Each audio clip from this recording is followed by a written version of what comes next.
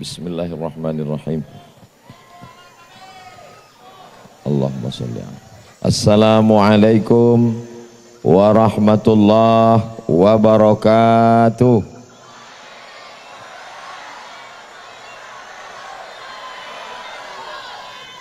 Apa kabar semuanya? Sehat?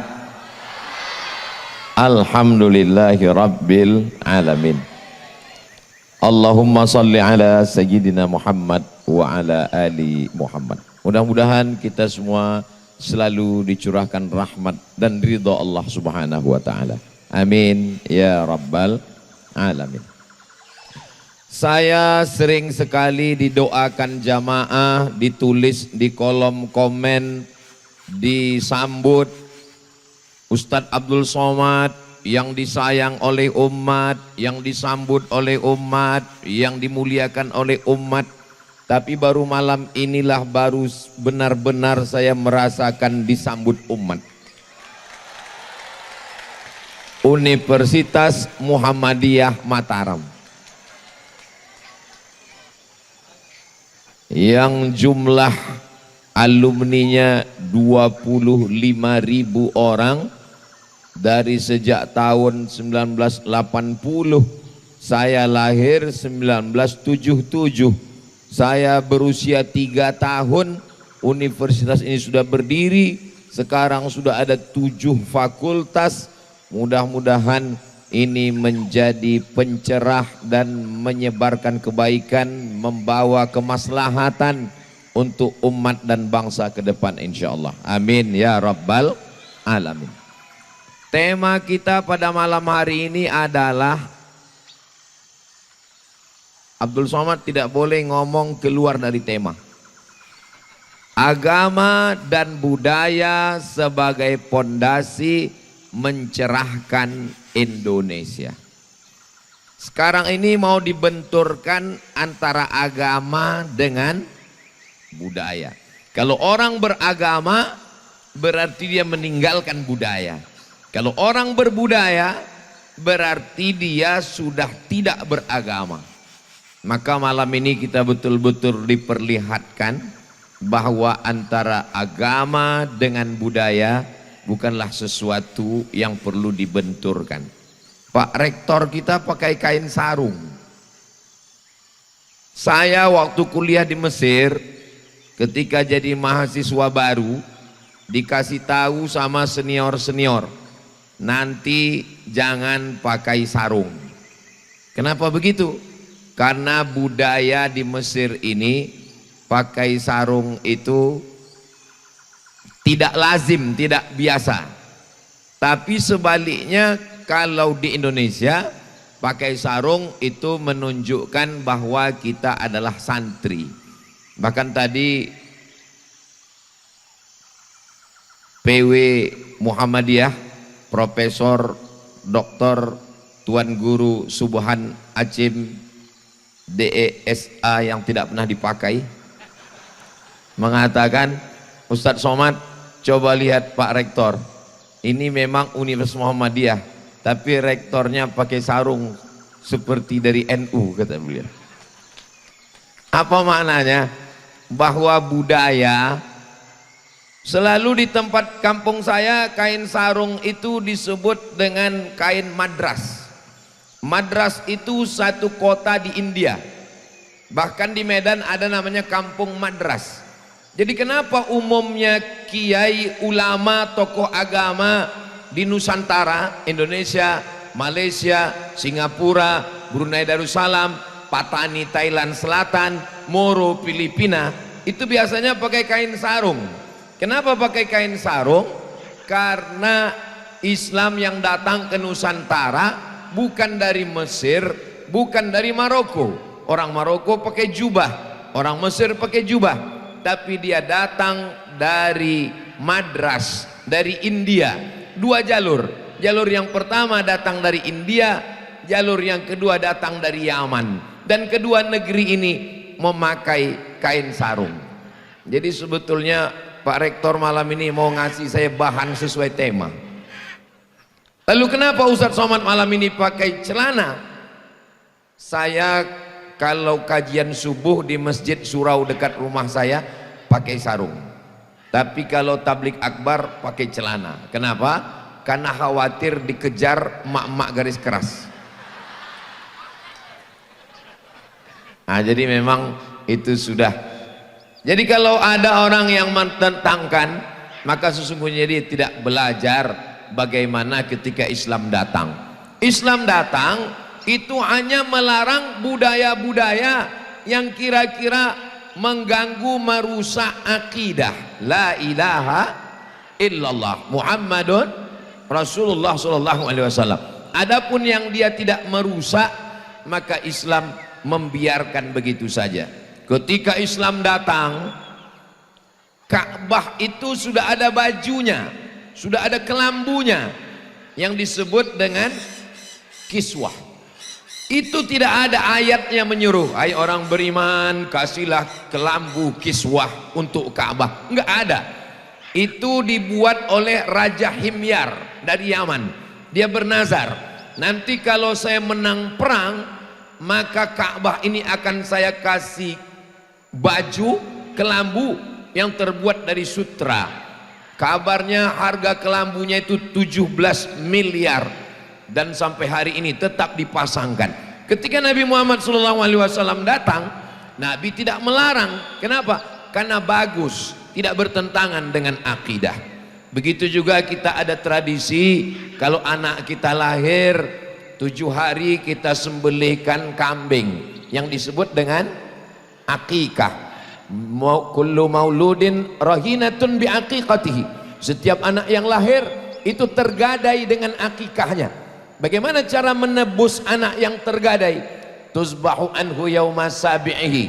Sembelihkan kambing hari ke-7, yuhlaku, cukur rambutnya, wa yusamma, kasih nama yang bagus-bagus.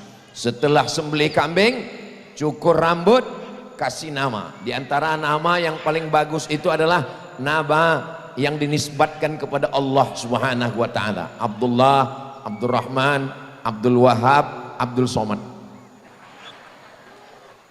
Yang sama-sama kita hormati Bapak Rektor Dr. Andus Abdul Wahab MAG. Ini sebetulnya secara kode etik ini, mohon maaf, sesama Abdul dilarang saling mendahului. Beliau mengucapkan selamat, memberikan kata-kata tarhib. Mudah-mudahan kita semua benar-benar menjadi hamba Allah insyaallah. Civitas Akademika, keluarga besar Universitas Muhammadiyah Mataram, mudah-mudahan universitas ini melahirkan para pemimpin-pemimpin bangsa di masa akan datang insyaallah. Amin ya rabbal alamin. Mereka menyembelih kambing. Setelah kambing disembelih, darahnya diambil, diusapkan ke kepala bayi, dioleskan darahnya ke wajah. Maka ini bertentangan dengan ajaran Islam. Akhirnya mengambil darah kambing dengan mengoles ke wajah, ke kepala ini dihilangkan karena najis. Tapi menyembelih kambingnya dilanjutkan sampai hari ini. Kita tetap menyembelih kambing. Anak saya lahir laki-laki 2 ekor kambing, anak perempuan 1 ekor kambing.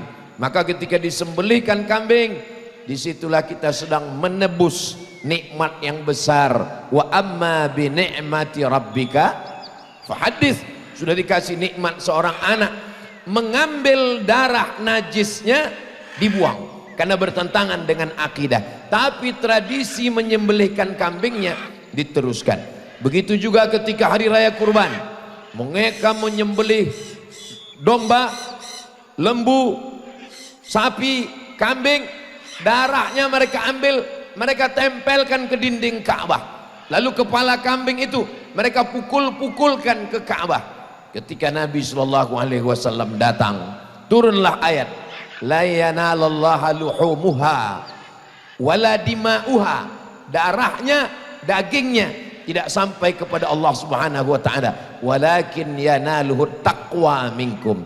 Yang sampai itu adalah ketakwaan kepada Allah Subhanahu wa taala. Maka tradisi menempelkan darah kambing, darah onta ke dinding Ka'bah dihilangkan karena najis, kotor. Tapi menyembelihnya diteruskan. Perbuatan ini adalah perbuatan baik. Itu salah satu beberapa contoh model ketika Nabi Muhammad SAW datang, banyak sekali melihat tradisi-tradisi yang tidak baik, tapi kemudian yang baiknya diteruskan, yang haramnya dibuang. Jadi di antara yang melihat budaya-budaya itu adalah, kalau hari ini kalau kita lihat memakai peci. Peci ini bagian dari budaya, bagian dari kreasi, bagian dari hasil cipta karsa perbuatan manusia, bukan datang dari Allah Subhanahu wa taala. Ada yang pakai topi putih, sunnah. Ada yang pakai peci hitam, budaya yang datang dari Indonesia asli. Tapi kita tidak pernah saling mengejek dan mengolok. Yang pakai jubah ada malam ini, yang pakai sarung juga ada, yang pakai celana panjang juga ada, dan kita tidak saling ejek, saling olok, saling mengatakan, menghujat dan menyalahkan. Kalaulah yang pakai sarung mengejek yang pakai jubah, yang pakai jubah ngejek yang pakai celana, maka yang ketawa adalah yang nggak pakai celana. Kita tidak melihat budayanya, tapi yang kita lihat adalah jubah, celana, sarung sama-sama menutup aurat. Karena agama mengajarkan pakailah yang menutup ma bainas surrati warrukbah, yang menutup dari pusar sampai ke lutut. Apapun yang dipakai, kalau dia menutup dari pusar sampai ke lutut, maka itu sudah menjadi ajaran agama. Jadi sebenarnya saya ketika sampai di Taiwan, Singapura memang nggak masuk, tapi Taiwan, sampai di Taiwan, sampai di hotel, saya lihat ada gambar karton perempuan pakai baju tradisi zaman dulu. Ternyata di zaman dulu 500-700 tahun yang lalu, mereka masih pakai baju yang seperti kimono Jepang, tertutup dari leher sampai ke ujung kaki. Jadi sebenarnya banyak sekali baju-baju dari Jepang, dari Cina, dari Tiongkok, dari Korea, umumnya masyarakat timur itu sangat menutup aurat. Barulah yang datang belakangan ini menutup aurat. Begitu juga dengan model pakaian, itu hasil cipta karya karsa manusia. Kata pepatah kita, lain padang, lain belalang, lain lubuk, lain ikannya, lain tempat, lain tradisinya. Dan ketika Islam datang, tradisi yang baik-baik, tidak bertentangan dengan ajaran Islam, diteruskan oleh bangsa kita. Tapi begitu dia bertentangan dengan Islam, tidak ada tawar menawar. Adapun masalah agama, kita tidak urus agama orang lain. Wala ana abidum ma'abattum wala antum abiduna ma'abud lakum dinukum. Masalah memuliakan tamu, ajaran agama kita jelas memuliakan tamu. Man kana yu'minu billah wal yaumil akhir, siapa yang beriman kepada Allah dan hari akhirat, falyukrim dhaifahu, maka muliakanlah tamu.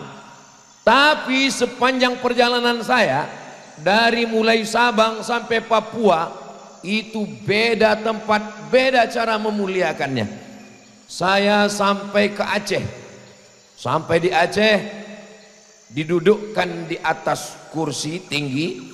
Setelah itu masing-masing tokoh masyarakat mengambil pulut ketan berwarna kuning yang sudah dicampur dengan kunyit, lalu diberi manisan dari kelapa, lalu disuapkan ke mulut saya. Rupanya begitulah cara saudara kita di Aceh menyambut tamu. Pertama saya Masya Allah, tapi saya lihat yang akan menyuap ramai sekali. Lalu saya bisik ke panitia, ini masih banyak lagi, sebentar lagi Ustadz selesai. Begitulah rupanya cara memuliakan. Lalu kemudian saya pun terbang ke Kalimantan. Sampai di Kalimantan saya diberitahu, nanti Ustadz akan disambut dengan golok yang panjang. Terus golok ini untuk apa? Nanti di airport akan ada tebu berwarna hitam. Lalu Ustadz melewati tebu ini. Terus apa yang saya lakukan? Ustadz mesti cincang dan sekali tebas mesti putus. Saya pun mulai agak-agak, insya Allah putus ini. Yang sampai nggak putus nanti Pak Ustadz, nggak lewat kata dia.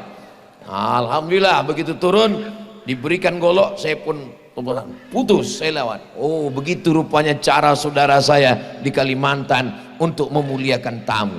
Lalu saya pun terbang sampai ke Sorong. Sampai di Sorong disambut di airport. Piringnya besar sekali. Oh, saya pun mengambil kesimpulan. Rupanya di Aceh piringnya kecil, makin ke timur makin besar. Ini berarti suapannya besar juga ini. Ternyata piring ini bergambar burung kasuari. Lalu kemudian setelah saya mendekat, saya lihat piringnya besar tapi kosong. Apa yang saya lakukan? Ustadz letakkan telapak kaki di atas burung itu.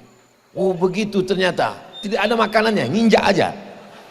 Bu, piringnya saya bawa pulang, ada di rumah sekarang, saya pajang. Ternyata lain tempat, lain tradisi, tapi substansinya satu. Saudara di Aceh, saudara di Kalimantan, saudara di Papua, begitulah cara mereka memuliakan. Lalu bagaimana dengan saudara saya di Nusa Tenggara Barat? Mereka pakaikan saya sorban. Ini yang saya pakai malam ini. Ini khas Nusa Tenggara Barat. Sorban yang saya bawa dari Pekanbaru nggak laku, mesti dipasangkan.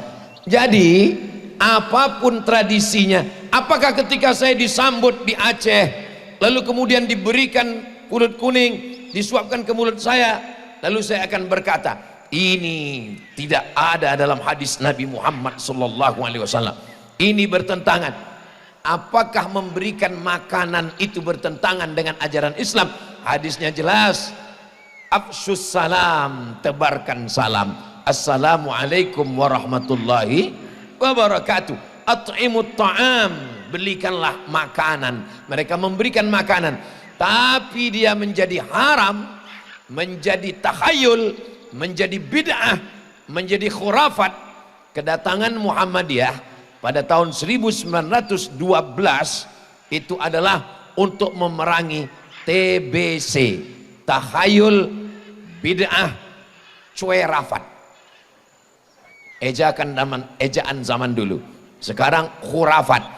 Kalau sampai meyakini bahwa ini menimbulkan mudarat, ini menolak mudarat, mendatangkan manfaat, maka rusaklah akidah kita. Kita sampai pada kenyataan bahwa kayu, batu, lembu, hantu tidak bisa mendatangkan manfaat, tidak bisa menolak mudarat. Semuanya datang dari Allah. Huwad darru, Allah yang menolak mudarat. An-nafi'u, Allah yang mendatangkan manfaat. Makanya Umar bin Khattab ketika dia akan mencium Hajar Aswad, apa kata Umar bin Khattab? Ya Hajar, wahai batu, innaka la tanfa, engkau tidak dapat mendatangkan manfaat. Wala tadur, engkau tidak bisa menolak mudarat. Laula Muhammadun qabbalaka ma qabbaltuka, kalaulah bukan karena Muhammad yang mencium engkau, aku pun tidak mau mencium engkau.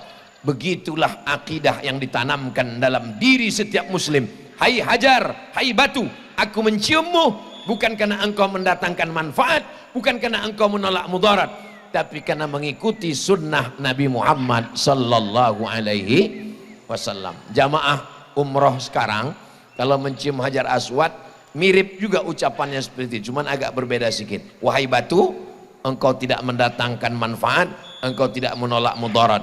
Kalaulah bukan karena tetanggaku akan bertanya kau cium atau enggak,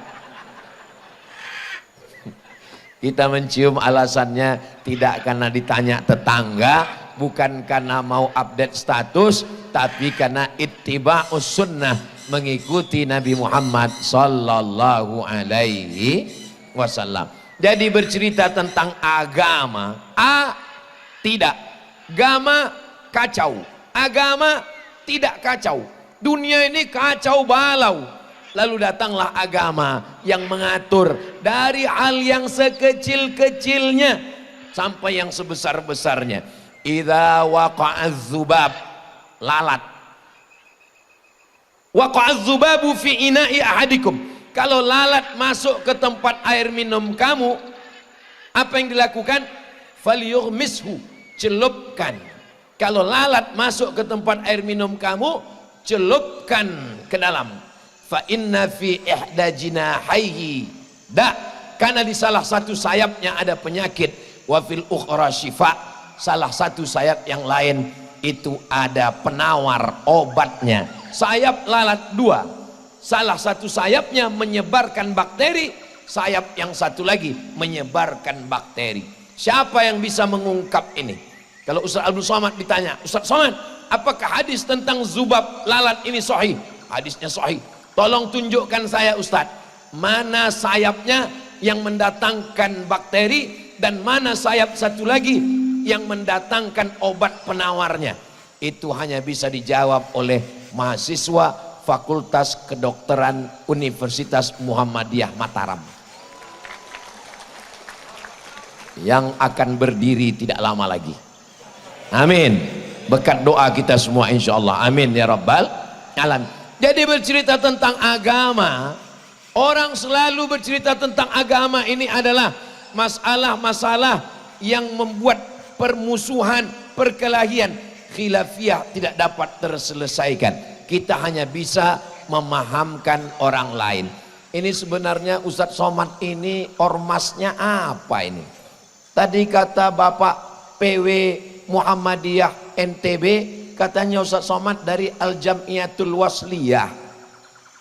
Saya pernah hadir acara ijtima jamaah tabligh 3 provinsi, Aceh, Sumatera Utara, Riau, yang datang 20.000 orang.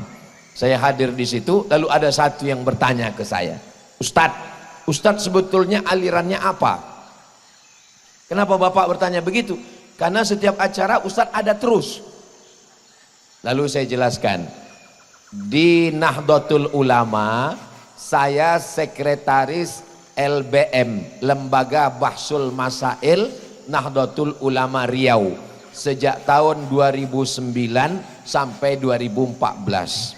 Di Al-Wasliyah saya sekretaris Komisi Fatwa Al-Jam'iyatul Wasliyah. Di Perti Persatuan Tarbiyah Islamiyah saya anggota Komisi Fatwa. Di Muhammadiyah saya penasehat Lazismu Riau, Lembaga Amil Zakat Infak Sodakoh Muhammadiyah Riau.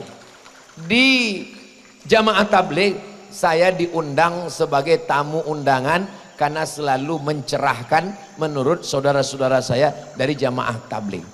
Terus kata dia, jadi Ustadz ikut yang mana? Sebetulnya Bapak ini siapa? Saya tanya. Saya ini intel mau buat laporan ke atas Pak Ustadz.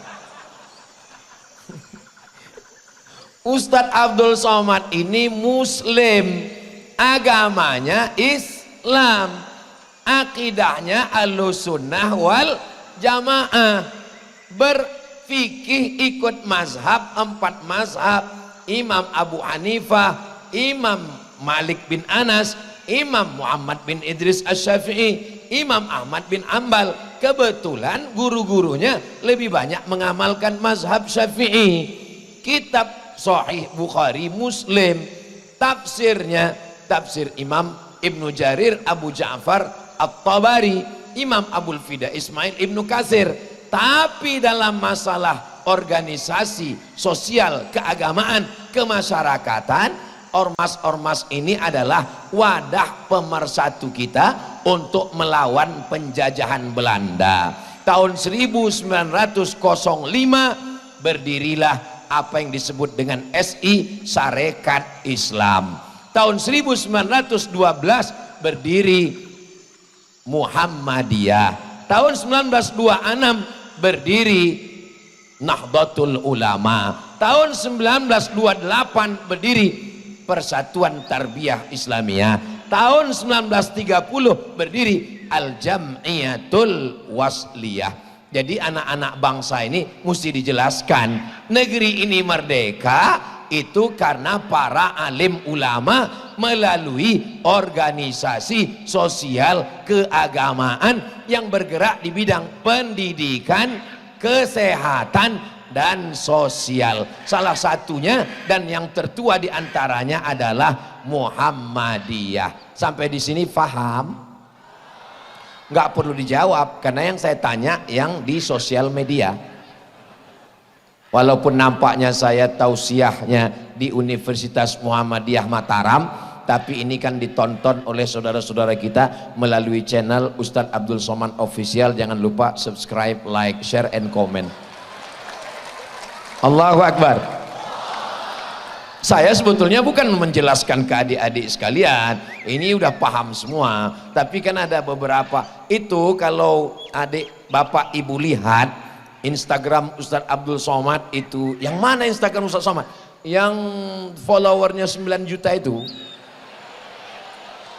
maksudnya yang belum follow lah. Itu mungkin 20%-nya haters, mau mencari-cari kapan saya keliru dan silap dan salah. Tapi berkat saudara-saudara yang selalu mendoakan saya, alhamdulillah sampai hari ini benar. Tapi kalau mau dicari-cari salahnya, iya ada juga. Betul? Nah, betul katanya. Saudara yang dimuliakan Allah Subhanahu wa ta'ala. Kenapa Ustadz Somad itu malam ini tidak lancar seperti biasanya? Kami tonton di YouTube, di Instagram, di TikTok. Oh, jelas beda. Bagaimana perasaan Ustadz Abdul Somad malam ini tausiah di depan umat Universitas Muhammadiyah Mataram? Rasanya sulit untuk diungkapkan dengan kata-kata, karena kata belum tentu bisa mewakili rasa. Andai kata dirangkai untuk mewakili rasa, pasti kata selalu berdusta. Andai ku coba untuk merangkainya menjadi ungkapan kata, tentu rasanya berbeda. Kenapa? Karena rasaku belum tentu rasamu. Allah, Ustadz ini berbelit-belit ngeles biar nggak jawab. Ya, perasaan Ustadz gimana malam ini? Rasanya malam ini saya seperti dacil, dai cilik di depan para senior dan dewan juri. Saya terbang dari Kuala Lumpur, dari Jakarta, terbang menuju Casablanca. Menuju Casablanca. Casa artinya rumah, Blanca artinya putih. Casablanca, rumah putih. Setelah transit di Qatar, lanjut dari Qatar ke Tripoli, Libya. Dari Libya mendaratlah di Casablanca. Tahun 2004. Sekarang sudah 2024. Udah tua juga saya rupanya. 20 tahun yang lalu. Sampai ke sana, dari Casablanca saya naik kereta api ke Rabat di Kerajaan Maroko. Ustadz alumni Maroko? Ya, saya bilang Maroko itu dekat dari Maroke Pak Ustadz. Mesir, Libya, Tunisia, Aljazair, Maroko, Samudra Atlantik, Andalusia. Andalusia itu di mana Pak Ustadz? Banyak yang nggak tahu. Real Madrid, Barcelona, tahu? Itulah dia. Jadi saya pun sampailah di Rabat. Sampai di Rabat saya disambut di PPI, Persatuan Pelajar Indonesia.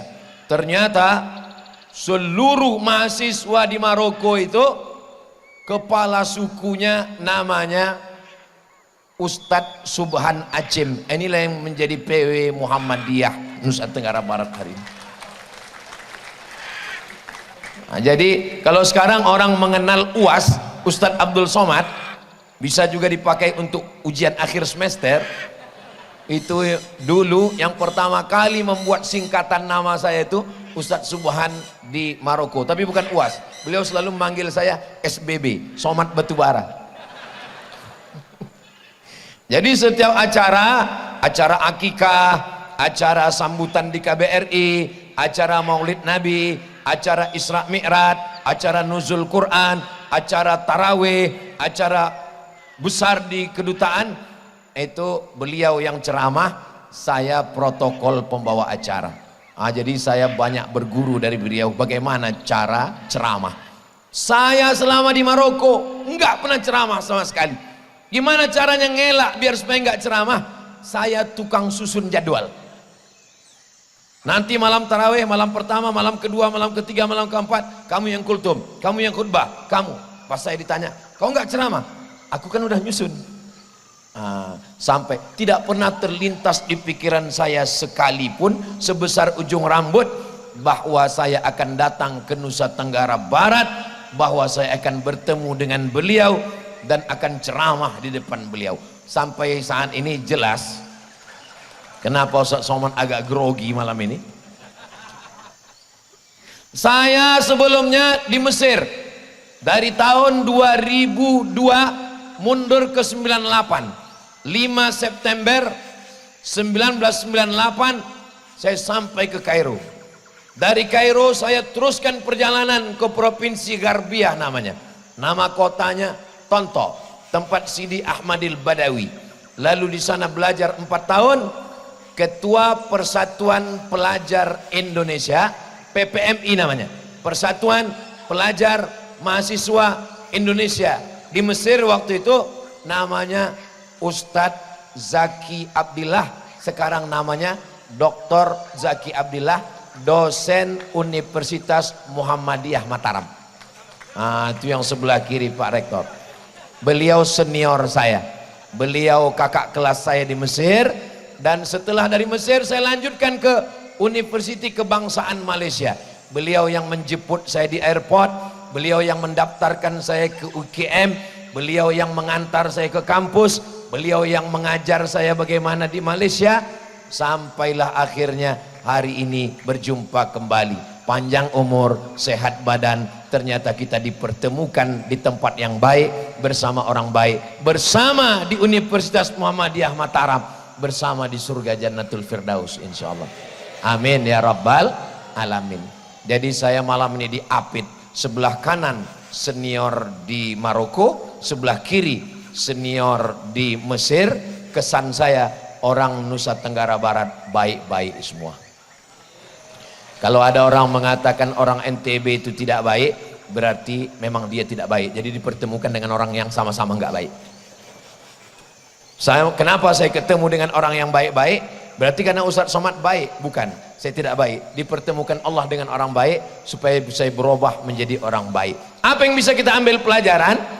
Kenapa Nusa Tenggara Barat minim konflik agama dengan budaya? Karena orang-orangnya belajar. Orang kalau belajar, dia tidak akan mudah menjudge, menghakimi. Nahnu du'at la qudat.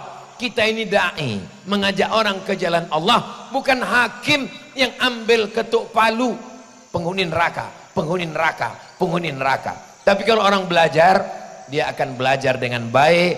Maka insya Allah, di mana kita belajar hari ini?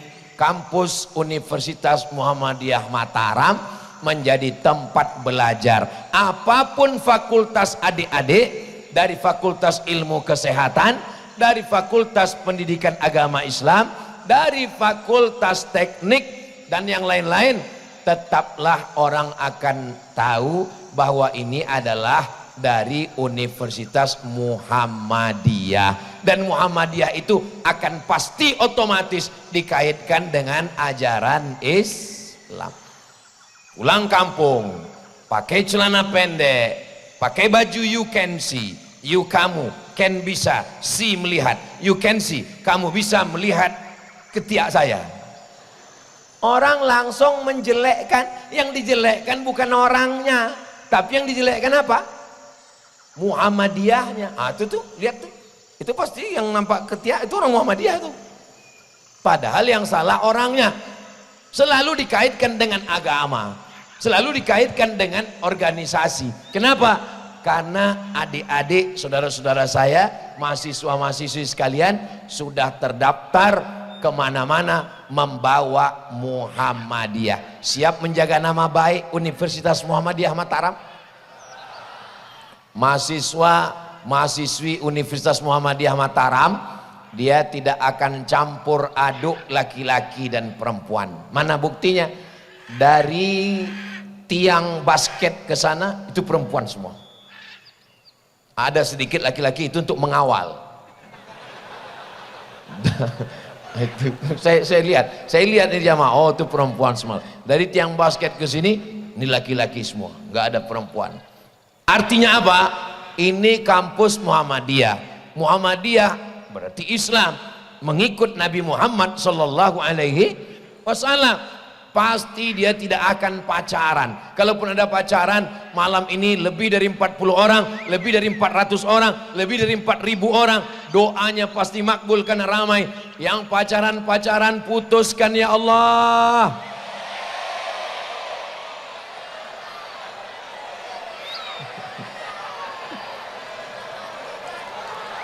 Putuskan ya Allah.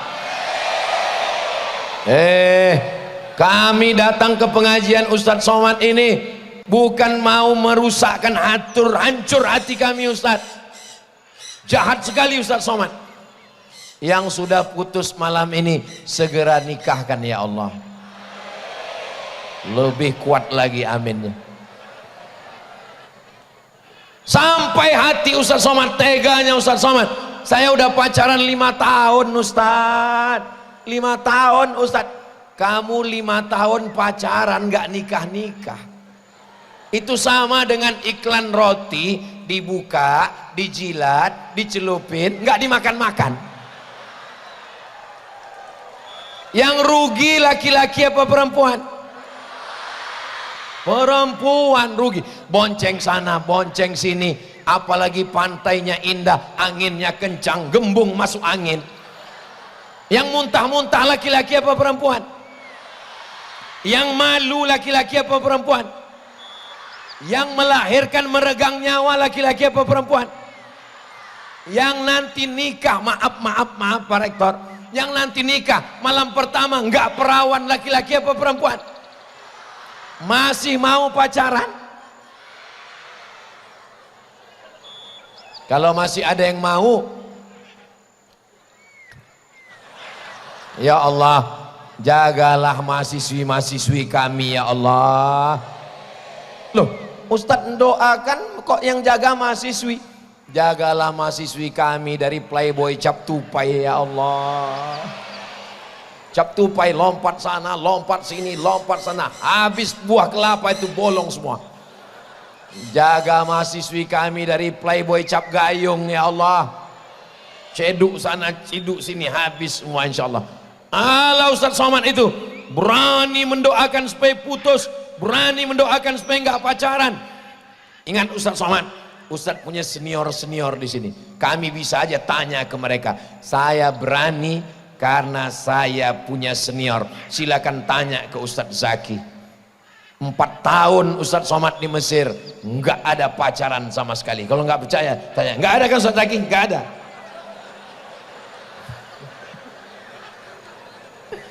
Kenapa Ustadz Somad 4 tahun di Mesir nggak ada pacaran? Jumlah mahasiswa Indonesia tahun 2002 saat kami belajar itu 2.400 orang. Laki-laki 2.100, perempuan 300. Persaingan ketat. Saya termasuk yang tereliminasi. Itu yang dapat paling yang ketua-ketua aja. Ustadz Zaki mungkin karena ketua persatuan mungkin dapat, tapi nggak tahu juga, nggak mungkin. Bagaimana dengan Ustadz di Maroko dulu? Ketika saya belajar di Maroko, mahasiswa Indonesia 30 orang, perempuannya 1. Jadi adik-adik, kalau kalian belajar serius, insya Allah nanti saat kalian menasehati adik kelas nggak nendang dia ke dalam. Coba kalau saya dulu playboy cap buaya darat, saat menasehati jangan pacaran, nendang dia ke dalam. Alah, ente aja dulu banyak yang lari. Tapi kalau kita, maka ini untuk kebaikan kita bersama, fokus aja belajar. Iya Ustadz, tapi kalau nggak punya pacaran sekarang, nggak punya pacar, apa kata dunia? Hidup ini tidak berat. Yang berat itu adalah mikirin omongan orang. Betul? Sepakat semua ini. Masa sampai 1, 2, 3, 4 sampai 5 lantai sepakat semua. Luar biasa. Masya Allah, tabarakallah.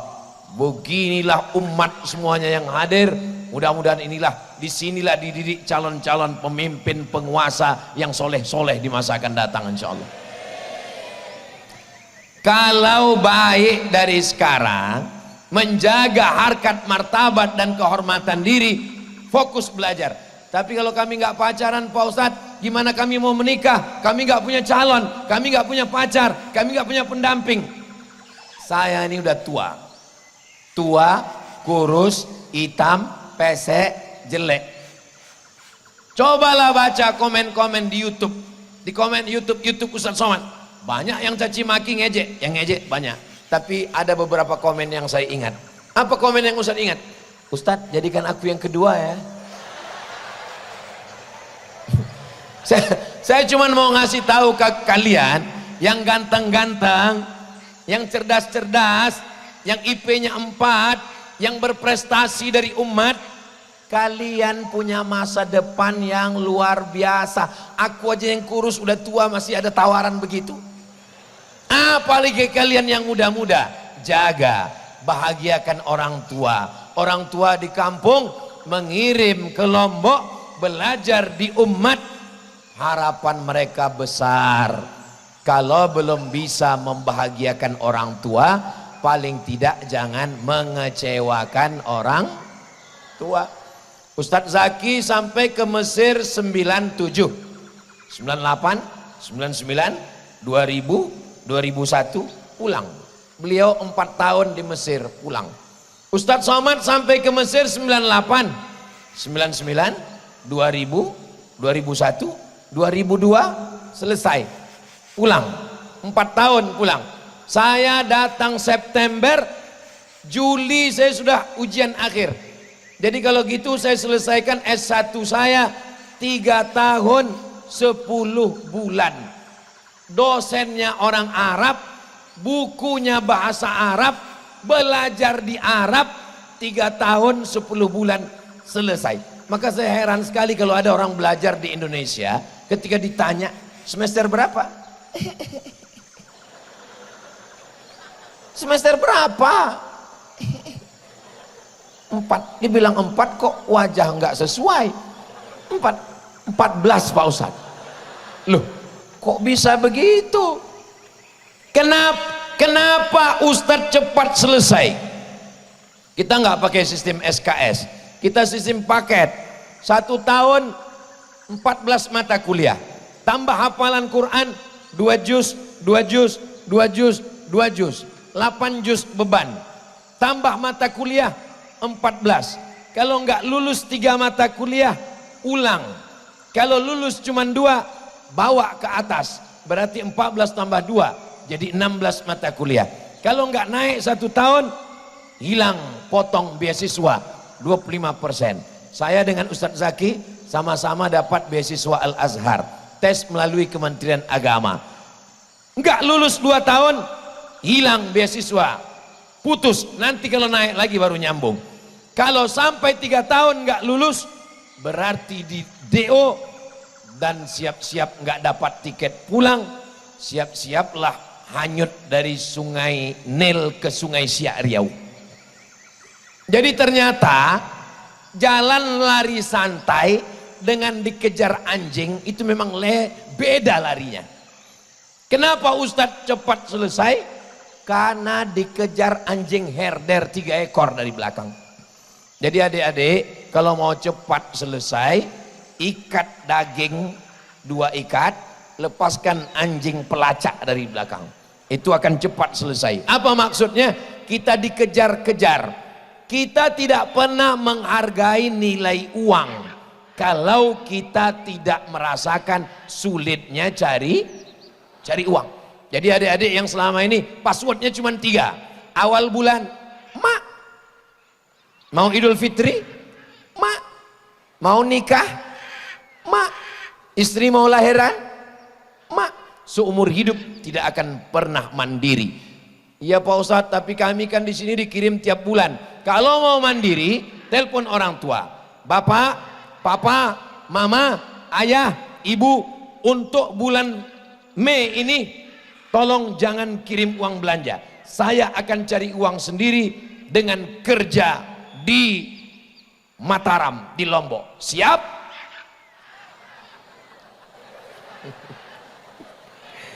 Coba rasakan jadi jual loper koran, Coba rasakan kerja di Dorsmir, coba kerja di hotel, untuk menghargai sulitnya mencari. Orang kalau tidak merasakan ini mudah saja, minta motor dikasih, kos-kosan mahal dikasih, handphone mahal dikasih, berangkat bukan main, knalpot dipotong. Itu knalpot sepeda motor udah dipotong semua, bunyinya udah lain, beb beb beb beb beb beb beb beb beb beb. Lewat di depan mahasiswi, beb. Saudara yang dimuliakan Allah Subhanahu wa taala, belajar yang serius, lanjutkan. S1 dari Al-Azhar, lanjut ke UKM University Kebangsaan Malaysia, sampai PhD doktor, pulang ke Nusa Tenggara Barat. S1 Madinah Al-Munawwarah, lanjut ke Darul Hadis Maroko, lanjut sampai S3, pulang ke Lombok, Nusa Tenggara Barat. Terbang sejauh mata memandang, kau tetap akan kembali pulang membangun Nusa Tenggara Barat, membangun Indonesia. Siap bangun Nusa Tenggara Barat? Siap bangun Indonesia? Takbir! Bangkitkan semangat, lanjutkan perjuangan. Betul? Jangan betul-betul aja. Saudaraku yang dimuliakan Allah Subhanahu wa taala, saya kalau musim haji itu pergi dari Kairo, naik kapal laut 2 hari 2 malam sampai ke Jeddah. Sampai di Jeddah melaksanakan ibadah haji, melaksanakan umroh sambil kerja untuk mencukupi kebutuhan makan, biaya hidup sehari-hari. Jamaah haji ini sombongnya minta ampun. Sudah lama jadi TKI. TKI bukan beban negara, TKI adalah pahlawan devisa. Mereka bayar pajak ke negara ini, betul? Tapi saya nggak berani jawab, masih mahasiswa. Ini sekarang aja baru berani jawab.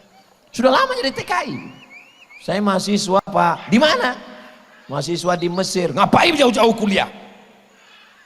Saya ini pemburu beasiswa Pak. Oh, nyari yang gratis ya?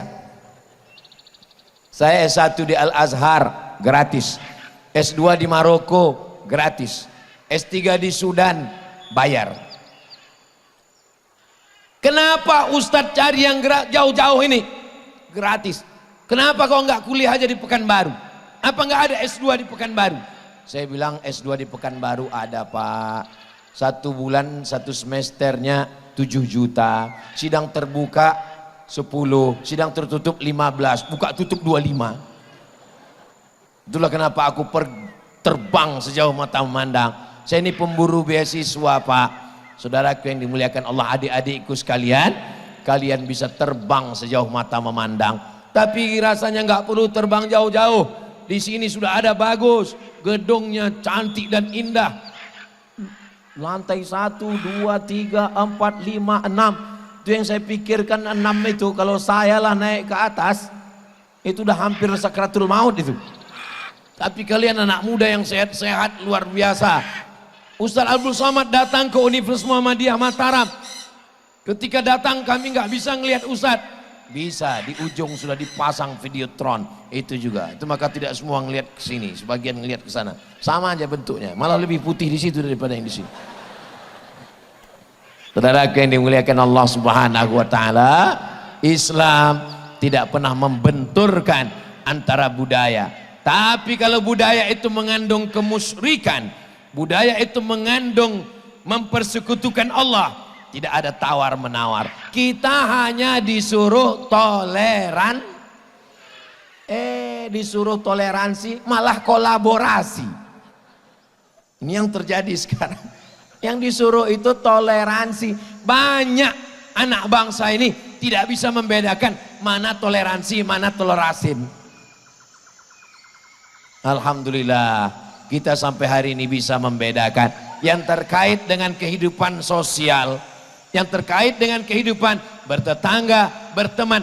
Jangan ajari orang Lombok tentang bertetangga beda agama. Kenapa? Datang ke Nusa Tenggara Barat, jalan-jalan di Mataram, kalian akan melihat berbagai macam budaya dan agama. Betul?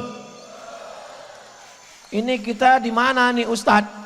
Ini kita sedang berada di daerah saudara kita sebangsa setanah air, tapi dalam masalah akidah mereka bukan akidah. Ustadz bisa lihat di tepi jalan. Oh, nampak ada tanda-tandanya.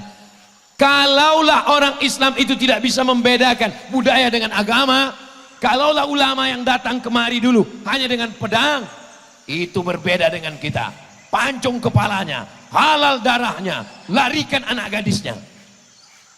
Ini membuktikan dalam masalah akidah tidak ada tawar-menawar. Lakum dinukum waliyadin. Tapi dalam masalah sosial, masalah bertetangga, masalah satu kantor, masalah satu kampus, masalah satu sekolah, kita bisa hidup bersama. La yanhakumullah 'anil ladzina lam yuqatilukum fid din wa lam yukhrijukum min diyarikum. Kalau mereka tidak mengusir kamu, tidak memerangi kamu, mereka tidak menumpahkan darah kamu, mereka tidak menghalau kamu dari kampung kamu, antabarruhum, berbuat baik kepada mereka, wa tuqsitu ilaihim, bersikap adil kepada mereka, berbuat baik dan bersikap adil. Kenapa dipilih kata birru? Kata Syekh Yusuf Al-Qardawi, birru itu hanya dipakai untuk orang tua. Birrul walidai, berbakti kepada orang tua. Antabarruhum, khair baik, hasan baik, jayyid baik, thayyib baik. Kenapa dipakai barru? Karena itu hanya untuk orang tua. Sebagaimana engkau berbuat baik kepada ayahmu, sebagaimana engkau berbuat baik kepada ibumu, sebagaimana engkau berbakti kepada kedua orang tuamu, begitulah kepada saudaramu yang berbeda agama denganmu, kepada tetanggamu, kepada sahabatmu. Maka muncullah yang selalu diagungkan, dialukan, wa ma arsalnaka illa rahmatan lil.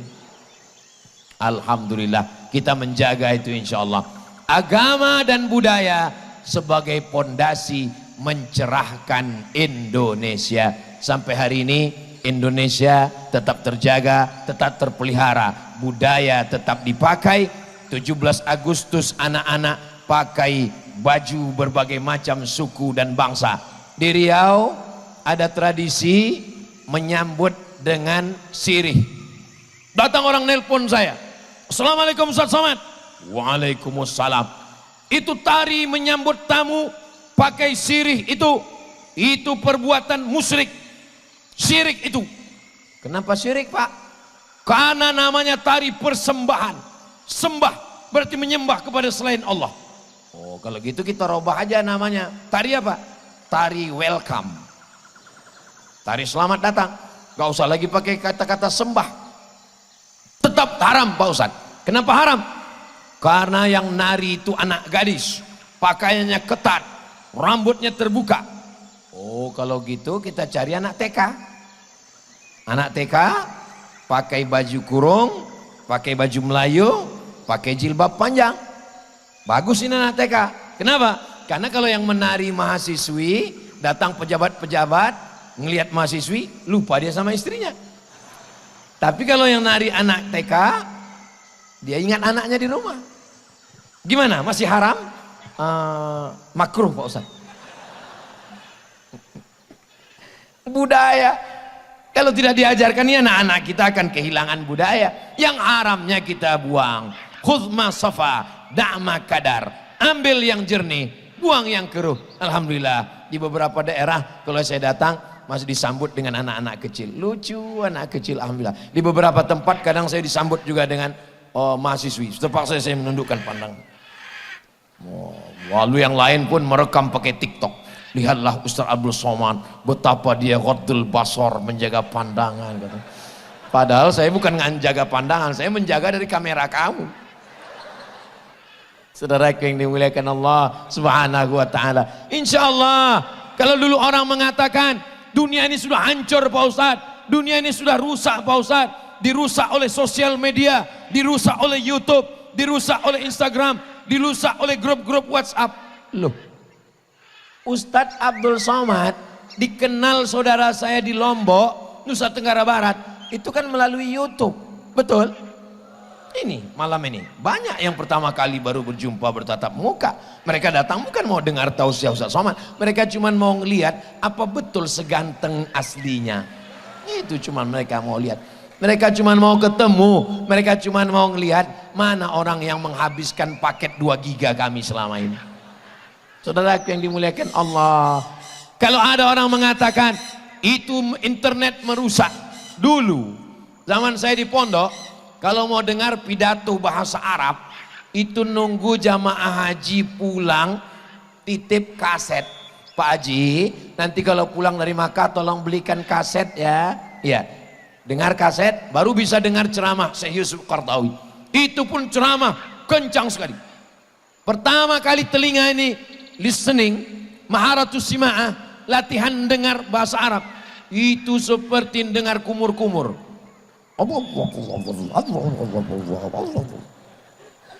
Gimana caranya biar supaya telinga ini bisa nangkap pidato bahasa Arab? Akhirnya ada dosen di Jakarta yang ngasih tahu. Gimana caranya Pak Dokter supaya pidato di kaset ini bisa pelan? Oh, saya kasih tahu. Gimana caranya? Dikasih pakai baterai yang udah mau habis. Masukkan ke tip Walkman. Anak sekarang nggak paham itu. Yang ketawa berarti udah tua. Masuk ke Walkman, baru dia jadi pelan. Assalamualaikum warahmatullahi. Maharatus sima'ah, untuk melatih pendengaran. Begitulah susahnya zaman dulu. Sekarang tinggal tulis aja di YouTube. Mau dengar siapa? Mau dengar Syekh Yusuf Al-Qaradawi? Tulis. Mau dengar siapa? Hatta mau dengar Syekh Muhammad Mutawalli Asy'arawi? Tulis. Mau dengar siapa? Mau dengar ceramah Buya Hamka? Tulis. Ada semua. Jadi kalau ada orang mengatakan YouTube ini merusak, karena yang kamu cari yang merusak. TikTok ini merusak. Dulu TikTok itu isinya, kalau kita buka 2 aja isinya, ulat pinang sama ulat sagu, melompat-lompat. Tapi sekarang isi TikTok apa? Isi TikTok adalah bagaimana Universitas Muhammadiyah Mataram menyambut Pak Rektor PW Muhammadiyah. Datang tadi disambut dengan Tala'al badru alaina min saniyatil wada. Mana grup hadrahnya mana? Ada. Oh, Masya Allah, ada. Saya sangka itu flash disk. Ada grup. Ini grup hadrahnya memang punya Muhammadiyah. Naturalisasi. Masya Allah, tabarakallah. Artinya apa? Budaya memukul gendang. Apakah ada ayat ya ayyuhalladzina amanu, pukullah gendang? Enggak ada. Baru dari mana datang membuat kayunya dikasih kulit kambing, kulit kambingnya dipukul ke depan ke depan. Namanya duf. Apa kata Nabi? A'linu hadzan nikah. Kalau nikah jangan diam-diam saja. Nikah jangan diam-diam. A'linu hadzan nikah waj'aluhu fil masajid. Buat akadnya di masjid.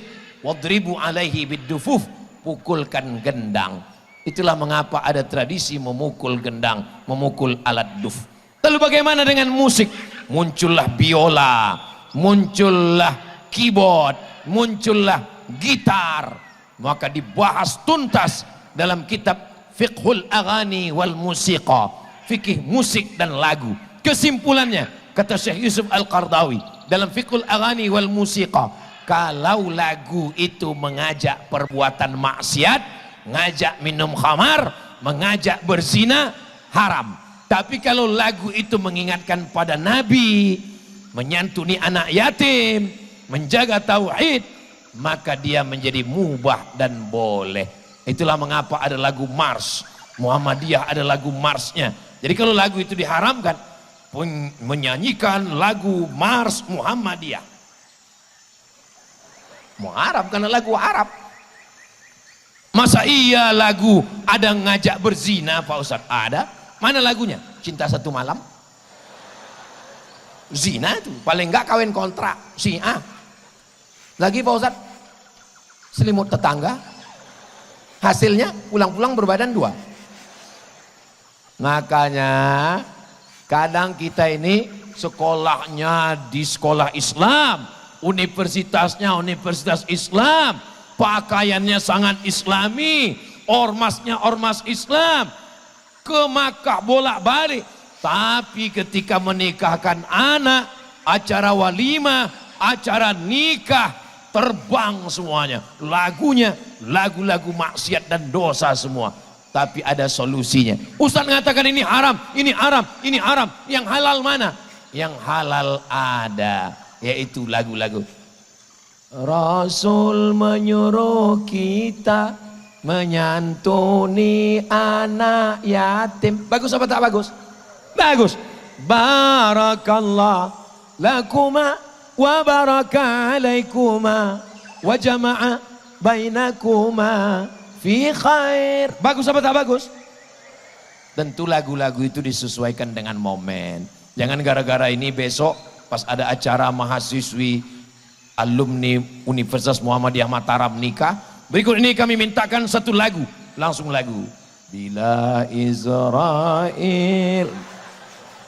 Tentu enggak sesuai dengan momen, enggak sesuai dengan keadaan, tidak mutabaqatul hal. Artinya budaya itu bisa jadi haram, bisa jadi halal.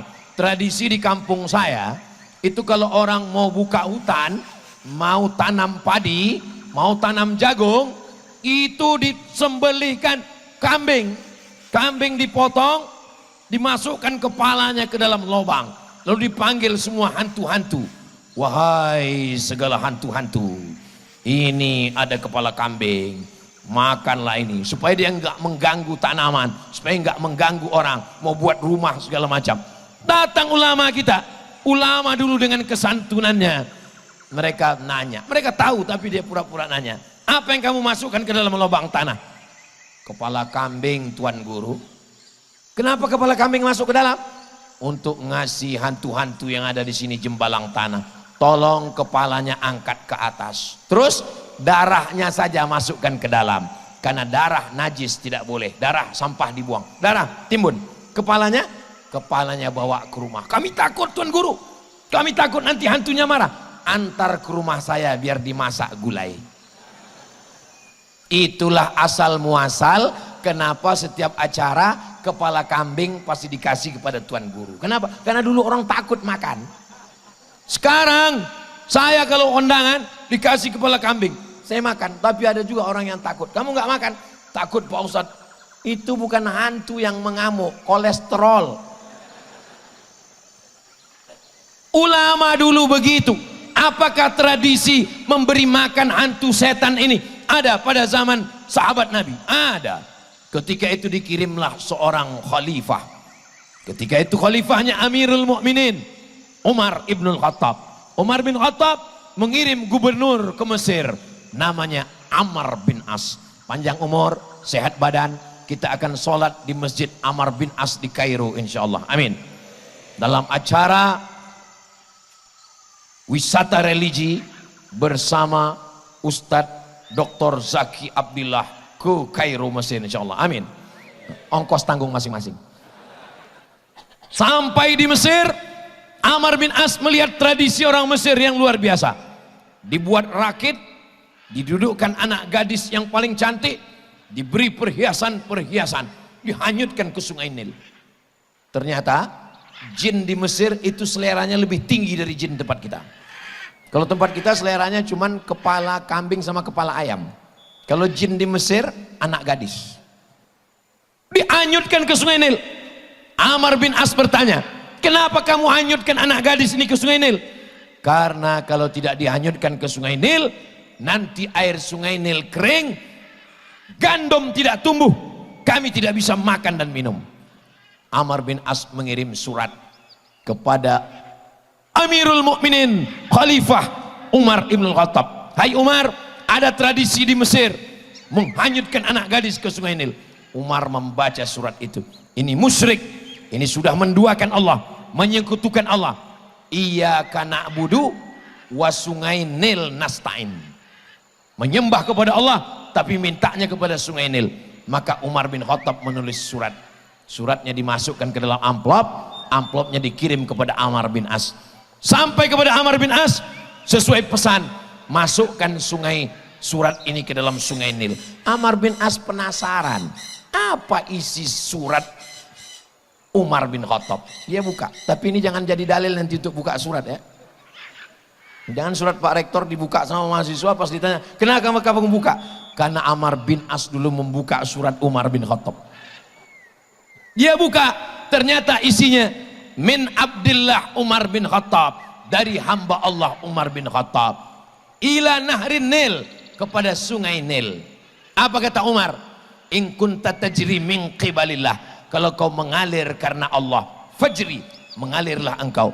In kunta tajri min qibali nafsik, kalau kau mengalir karena dirimu sendiri, fala tajri, jangan engkau mengalir sampai hari kiamat. Dimasukkan surat itu ke dalam sungai Nil, air sungai Nil naik 16 jengkal, masyarakat Mesir tetap bisa menikmati air sungai Nil sampai tahun ini. Tidak pernah lagi ada surut dan tidak pernah ada tradisi menghanyutkan anak gadis ke sungai Nil. Ini bisa dilihat dalam kitab Al-Bidayah wan Nihayah, ditulis oleh Imam Abul Fida Ismail Ibnu Katsir yang menulis tafsir Al-Qur'anil Azim. Budaya kalau bertentangan dengan akidah, kita pakai budaya atau akidah? Akidah, tidak ada tawar menawar, karena kita mati bawa agama atau budaya. Lama hidup banyak dirasa, jauh berjalan banyak dilihat. Saya belum pernah melihat orang Islam mati bawa baju batik lalu ditulis di atas jenazahnya, mohon maaf, ini demi kebudayaan. Kita tetap pakai kain kafan. Mohon maaf, ketika pesawat terbang akan meledak, ketika itu yang dicari adalah black box, black hitam, box kotak hitam, meledak pesawat, kotak hitam tetap terjaga. Disitulah rekaman terakhir apa kalimat yang diucapkan oleh pilot dan co-pilot beserta seluruh yang ada penumpang di pesawat. Semua penumpang ketika pesawat itu akan jatuh ke bawah, semuanya berteriak Allahu Akbar.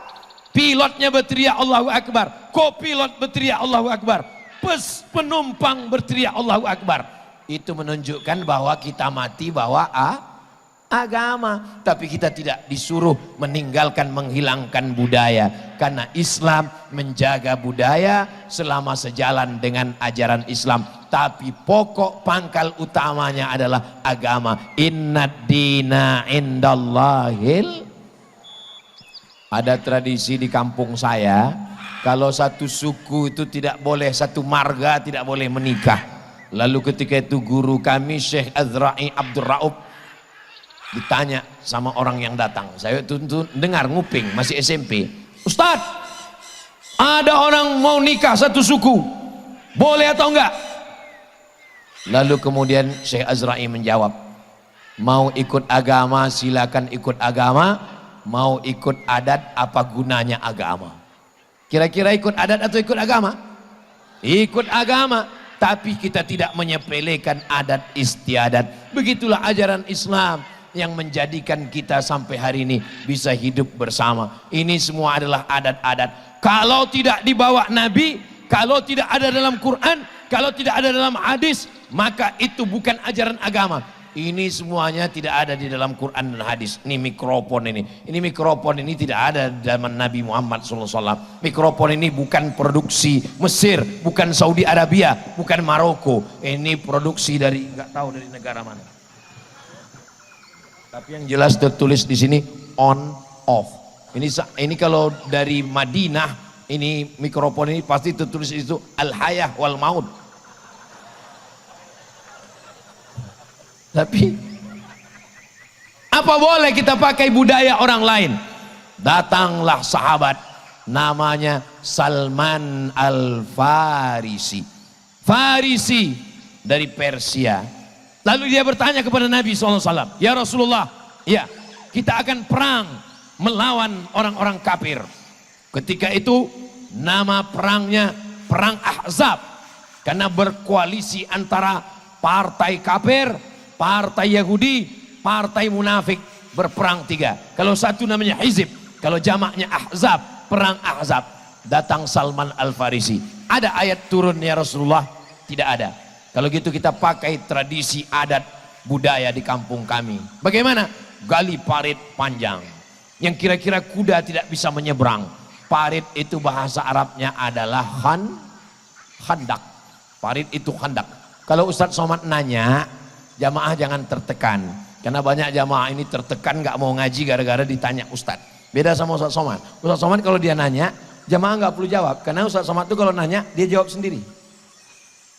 Ada dulu dosen kami di Darul Hadis, saya dikasih tahu sama senior, nanti kalau ujian lisan dia nanya nggak usah dijawab, karena nanti beberapa detik setelah itu dia akan jawab sendiri. Yang ngasih tahu saya itu namanya Ustadz Subhan. Nama syekh yang nanya itu namanya Syekh Muhammad Rawandi, Allahumma firlahu warhamu, ketua jurusan. Nah, beliau senior saya. Bang, nanti gimana? Nanti kalau Syekh Rawandi nanya nggak usah dijawab, kalau nggak tahu diam aja, nanti dijawabnya sendiri. Ya Rasulullah, apakah ada wahyu yang turun tentang menggali, tentang strategi melawan orang kafir? Enggak ada, kata Nabi. Kalau gitu kita pakai budaya dari negeri kami. Bagaimana budaya kalian? Kami gali parit, maka digalilah parit yang lebar, yang kira-kira kuda tidak bisa menyeberang. Itulah yang dikenal dengan perang Khandak. Enggak ada Nabi waktu itu mengatakan, Salman jangan kari perang Khandak, karena ini tradisi menggali parit ini datang dari negeri kafir, nggak boleh. Makanya kalau ada yang ngejek saya waktu saya pakai moge, diejeknya, Somad itu kan produk kafir kok kau pakai. Ini ketahuan, ini orang nggak punya paket untuk dengar ceramah Ustadz Somad utuh 1 jam. Kalau dia dengar secara utuh pasti dia paham. Yang dilarang itu terkait dengan akidah. Yang dilarang itu kalau budayanya adalah bertentangan dengan syariat fikih, bertentangan dengan menutup aurat. Tapi kalau budaya itu baik, maka amat sangat baik. Masjid itu penuh dengan budaya semua, hasil kreasi cipta karsa manusia. Mana budaya dalam masjid? Menara. Masjid Nabawi zaman Nabi nggak ada menaranya. Bilal bin Rabah kalau dia azan, mana ada hadis Bilal azan pakai menara? Nggak ada. Itu budaya datang dari mana? Itu budaya dari Alexandria. Ketika Islam datang sampai ke pantai Alexandria, di sana mereka menemukan namanya, mereka menyebutnya manara, tempat api. Kita menyebutnya mercusuar. Di tepi pantai ada tempat api berkobar di atas, supaya orang yang bawa kapal malam-malam dia tahu bahwa itu sudah di pantai, supaya kapalnya tidak menabrak daratan. Mercusuar, manara, tempat api. Orang Islam melihat, oh tempat api ini bagus, akhirnya tempat api itu dibawa ke tepi masjid, lalu apinya dihilangkan, orangnya naik ke atas mengumandangkan azan, sehingga azan lebih menggema, lebih banyak yang mendengar suara azan daripada azannya dalam masjid. Sekarang orang tidak lagi naik ke atas, orangnya turun di bawah, mic-nya naik ke atas. Sekarang berubah lagi, orangnya nggak ada, malam takbiran. Kalau kepada orang tua mesti patuh, kalau sudah patuh jangan sampai menangis. Kalau Ustadz sorbannya sudah jatuh, itu tanda waktu sudah habis. Saudara, saya sebetulnya tidak mau berpantun. Kenapa Ustadz tidak berpantun malam ini? Anak raja membeli katun dibeli di kayu ara. Saya tidak berpantun karena tadi sudah dipakai pembawa acara. Saudara yang dimuliakan Allah Subhanahu wa taala. Begitulah tradisi. Termasuk juga pantun adalah tradisi dalam berbahasa, tidak ada dilarang. Makanya ada ungkapan inna minal bayani la sihra. Sesungguhnya bayan, kata-kata yang indah, puisi-puisi, syair-syair la sihra, bisa memukau orang banyak. Tadi saya mulai jam 8:30, sekarang sudah jam 9:30. Sudah 1 jam rupanya saya berdiri, walaupun tidak melihat jam saya sudah tahu. Terasa itu dari kesemutannya udah terasa. Saya berani berdiri di sini karena sudah dipersilahkan dari belakang Ustadz. Jangan berdiri di tempat Ustadz duduk, silakan berdiri. Tadi malah disuruh silakan jalan-jalan. Saya nggak jalan-jalan karena segan, nanti dikira ini Ustaz Abdul Somad ini nggak ada adab, adat istiadat. Kita jaga sopan santun, tata kerama. Mudah-mudahan adik-adik mahasiswa mahasiswi ilmunya banyak, titelnya hebat, tapi ada yang lebih mulia lagi, al adab fauqal ilmi. Yang paling tinggi adalah adab. Kira-kira kalau saya tausiah sejam lagi masih sanggup? Masih kuat? Saya nggak sanggup. Insya Allah panjang umur, sehat badan, kita akan bertemu walaupun tidak langsung, kita selalu bersama di alam gaib. Di alam gaib di mana Pak Ustadz? Di Instagram, di TikTok, di YouTube, di FB, di grup-grup WhatsApp dalam kebaikan-kebaikan insya Allah. Amin ya Rabbal. Kami nggak penceramah Pak Ustadz, kami bukan tuan guru, bukan penceramah, bukan Ustadz, bukan tuan guru. Tapi tetap bisa mendapatkan kebaikan melalui apa? Share. Alhamdulillah saya sudah share Pak Ustadz. Udah dengar? Enggak, share aja. Watawasau bil haq, watawasau bisabr. Andai saya disuruh jadi mahasiswa lagi sekarang, Somad, kau jadi mahasiswa lagi, semester 1 lagi, mau enggak? Mau, tapi enggak sanggup. Kenapa? Godaan luar biasa. Zaman saya dulu kalau mau kenalan sama cewek takut, ngeri, cemas, nggak berani. Zaman sekarang tinggal cari namanya di FB, langsung hai. Gimana bunyi kucing? Meow. Gimana bunyi ayam? Kuku. Gimana bunyi anjing? Kuku. Gimana bunyi buaya? Hai. Berawal dari nazratun, setelah nazratun fabtisamun, setelah fabtisamun fasalamun, setelah salamun fakalamun, setelah kalamun famau'idun, setelah mau'idun faliqaun. 6 langkah setan. Pertama berawal dari pandangan, setelah pandangan turun kepada senyuman, dari senyuman masuk kepada salam, setelah salam kalam, setelah ngomong janjian, setelah janjian ketemuan, setelah ketemuan makan siang, setelah makan siang pepatah kampung kita mengatakan no free lunch, tidak ada makan siang yang gratis. Semua akan berakhir. Udah macam abang saya, udah macam saudara saya, udah macam kakak saya, udah macam adik saya, berawal dari macam, berakhir dengan macam-macam.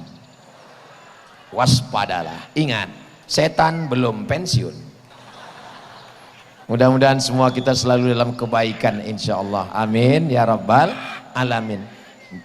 Mumpung kita ramai, mungkin doa ini dikabulkan Allah bukan karena mulut Abdul Somad, tapi karena doa kita berjamaah. Ad-da'i yang berdoa, wal mu'ammin yang mengaminkan, fil ajri sawa, balasan pahalanya sama. Nabi pun mengaminkan doa Jibril. Amin, amin, amin.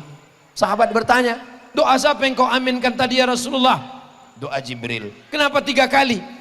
Karena tadi Jibril berdoa 3 kali. Bu'dan liman adraka Ramadan falam yughfarlah. Celaka orang yang jumpa Ramadan tapi dosanya tidak dikabulkan. Nabi mengatakan amin. Bu'dan liman dzukir tawalam yusalli alaika. Celaka orang yang namamu disebut tapi dia tidak berselawat. Nabi mengatakan amin. Bu'dan liman adraka walidahul kibara ahaduhuma au kilahuma falam yudkhilahul jannah. Celaka orang yang berjumpa dengan kedua orang tuanya tapi dia tidak berbakti sehingga dia tidak masuk surga. Amin.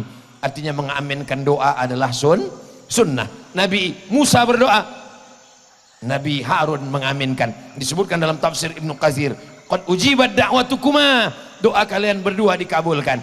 Karena ada yang berdoa, ada yang mengaminkan. Abdul Somad berdoa, diaminkan oleh kita semua. Mudah-mudahan Allah memperkenalkan kebaikan kita semua insyaallah. Amin ya Rabbal